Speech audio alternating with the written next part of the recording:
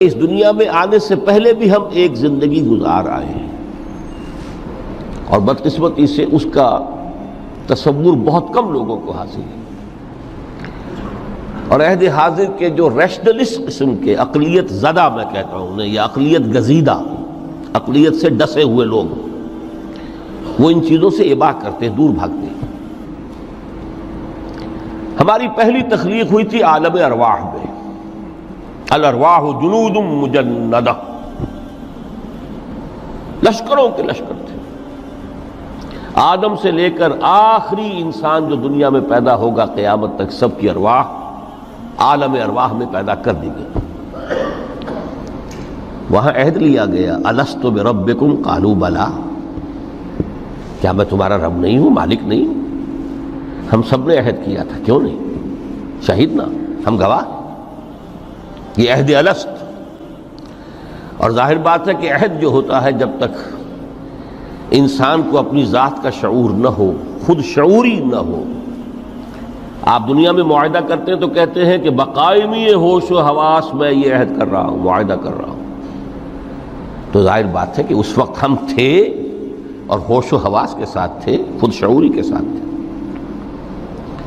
لیکن صرف ارواح تھی، جسد نہیں تھے۔ اور یہی ہے وہ مقام جس کے بارے میں حضور نے سے جب پوچھا گیا کہ متى وجبت لک النبوۃ یا رسول اللہ، اللہ کے رسول آپ کو نبوت کب ملی؟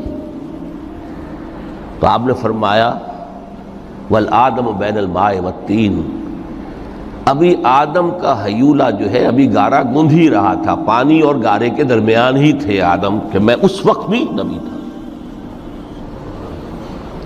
عالم خلق کا ابھی آغاز نہیں ہوا، ابھی عالم ارواح میں بھی جو تمام ارواح ہیں وہ اپنی امتیازی شان کے ساتھ ہیں۔ روح محمدی صلی اللہ علیہ وسلم، جس سے اگر نور محمدی کہیں تو غلط نہیں ہے، اس لیے کہ ارواح کا جو مادہ تخلیق ہے وہ نور ہے، جیسے فرشتوں کا مادہ تخلیق نور ہے۔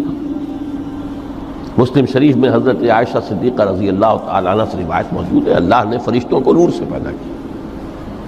روح، فرشتے روح ہیں، ارواح ہیں، روح القدس، روح الامین، اور ارواح انسانیہ بھی روح ہے، یہ سب ان کا مادہ تخلیق نور ہے۔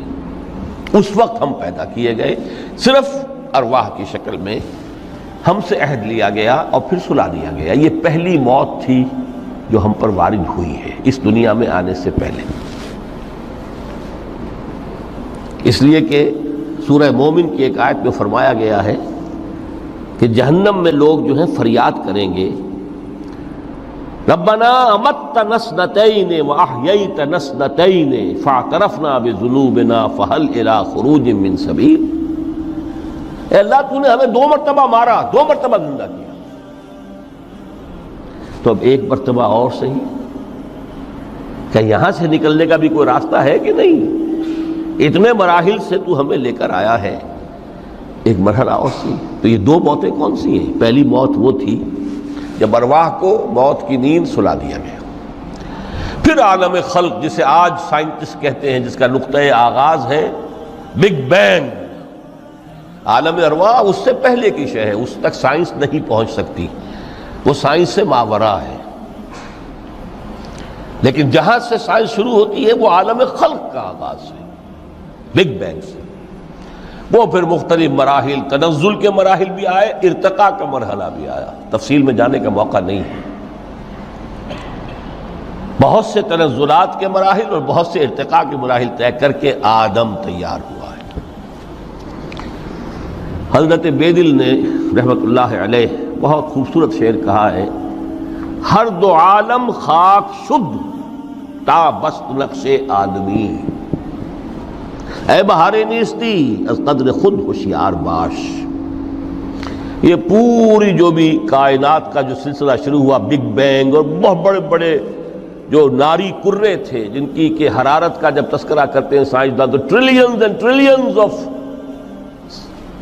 فارن ہائٹ، یہ ان کی اس وقت اس کی جو حرارت کا عالم تھا، لیکن پھر وہ ٹھنڈے ہوئے، کچھ اس میں سے کچھ، پھر خاک کی تہ جو ہے زمین کے اس کرے پر آئی، ہر 2 عالم خاک شد۔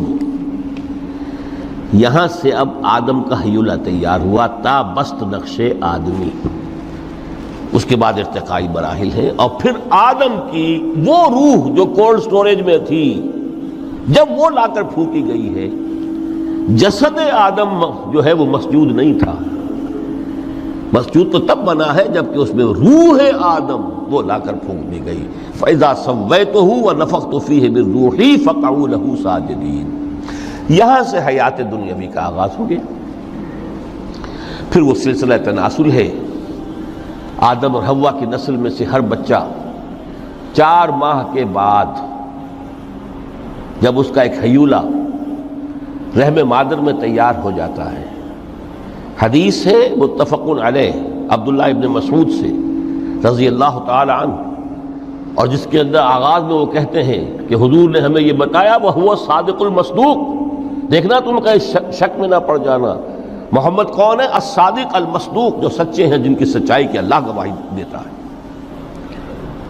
کہ رحم مادر میں 40 دن تم نطفے کی شکل میں ہوتے ہو، پھر 40 دن علقہ کی شکل میں ہوتے ہو، پھر 40 دن تو مضغہ کی شکل میں ہوتے، پھر اللہ تعالیٰ فرشتے کو بھیجتا ہے جو اس میں روح پھونکتا ہے۔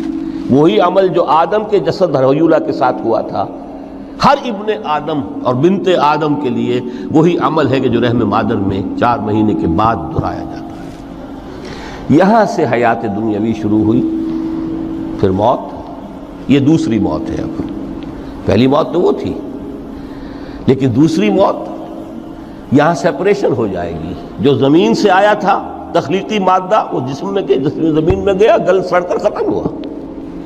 جو وہاں سے روح آئی تھی وہ اس زمینی وجود کا جو لب لباب ہے، جان، نفس، اس کو لے کر اپنے ساتھ، اور وہ جائے گی عالم بالا کو۔ پھر یہ ایک وقفہ ہے، پھر بعث بعد الموت ہے۔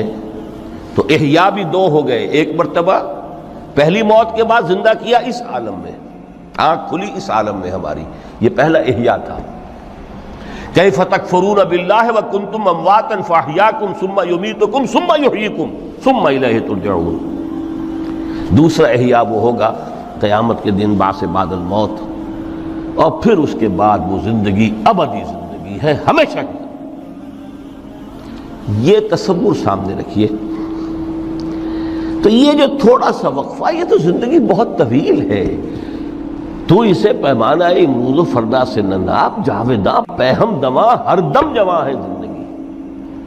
اس میں یہ وقفہ جو ہے، خلق الموت والحیات لیبلوکم ایکم احسن عملا، یہ اس جسد کے ساتھ اس روح کا اتصال، اور یہ 30 40 50 60 70 80 100 برس کی عمر، یہ ایک وقفہ ہے، یہ امتحانی وقفہ ہے، تمہیں جانچا جا رہا ہے، پرکھا جا رہا ہے۔ ایکم احسن عملا۔ اب اگر تو 2 چیزیں انسان پر واضح رہیں، اور نہ صرف واضح رہیں، مستحضر رہیں۔ واضح تو ہو جاتی ہے ایک چیز، پھر آدمی بھول جاتا ہے، تو کوئی فائدہ نہیں دیتا اس کے۔ مستحضر ایک یہ کہ اصل زندگی آخرت کی زندگی ہے، طویل ہے۔ بل توثرون الحیات الدنیا والآخرۃ خیر وابقیٰ، کلا بل تحبون العاجلہ وتذرون الآخرہ، تم اس عاجلہ کو پسند کرتے ہو، اس دنیا کی زندگی کو تم ترجیح دیتے ہو، جبکہ آخرت ہے جو باقی رہنے والی ہے، ابدی۔ اگر تو یہ معلوم ہو، جیسا کہ سورہ عنکبوت کی آیت کے حوالے سے میں نے آپ کو آیت سنائی کہ وما هذه الحیات الدنیا الا لہو ولعب وان الدار الاخرۃ لہی الحیوان لو کانوا یعلمون، اصل زندگی جو ہے وہ آخرت کی زندگی ہے، کاش کہ انہیں معلوم ہوتا۔ ایک حقیقت تو یہ معلوم ہو اور مستحضر رہے کہ اصل زندگی